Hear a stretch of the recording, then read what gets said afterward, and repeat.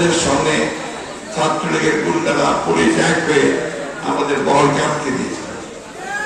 সেইখানে তিনি গাড়ি থেকে নেমে আমাদের সমস্ত নেতা কর্মীদেরকে গাড়ি থেকে নামিয়ে তিনি বলেন, চলেন আমরা ব্রেক করবো, আমরা এই ব্যারিকেড ভেঙে গিয়ে যাব। তিনি সেদিন আমাদের নেতা কর্মীদেরকে দিয়ে সেই ব্যারিকেড ভেঙে তিনি দিনাজপুরে পৌঁছেছেন। এই সাহসী নেতা আমার চেয়ে আপনার তাকে বেশি ছিলেন। প্রতিটি দুঃখে দুঃসময়ে আমাদের পাশে তিনি ছিলেন। 100 গ্রাম রাঁধুনি হলুদ বা মরিচের গুঁড়ার সাথে 2টি এবং 200 গ্রামের সাথে 4টি রাঁধুনি স্বাদ মিশালি ফ্রি। আল্লাহ তাআলা ইচ্ছা তাকে তিনি নিয়ে চলে গেলেন। আমি তার মাগফিরাত কামনা করছি। আল্লাহ তাআলা তাকে বেশ নসিব করেন। এটা আল্লাহ তাআলার কাছে চাই যে পরিবারকে যেন তার সেই শক্তি সাহস দেন, যেন তারা তার অভাবটা পূরণ করতে পারে।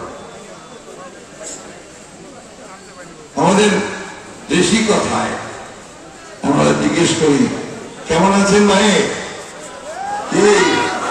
কেমন আছেন ভাই? এই কথাটা জিজ্ঞেস করার এই জন্য যে আমরা এক ভাই বোনের আমরা এখন ভালো আছি, আমার মনের দিক থেকে ভালো আছি, আমার মনে হয় যে আমি মুক্ত, তাই না? এটাই আমাদের শান্তি। এই এতদিন 15, 16, 17 বছর মনে হচ্ছিল যে আমাদের বুকের উপর একটা চাপা পাথর বসে আছে। ঘুমে চলতে ফিরতে মনে হয়তো কোথায় আটকা পড়ে আছে। কারো যেন সবসময় মুগুর নিয়ে দাঁড়িয়ে আছে আমাদেরকে পেটানোর জন্য।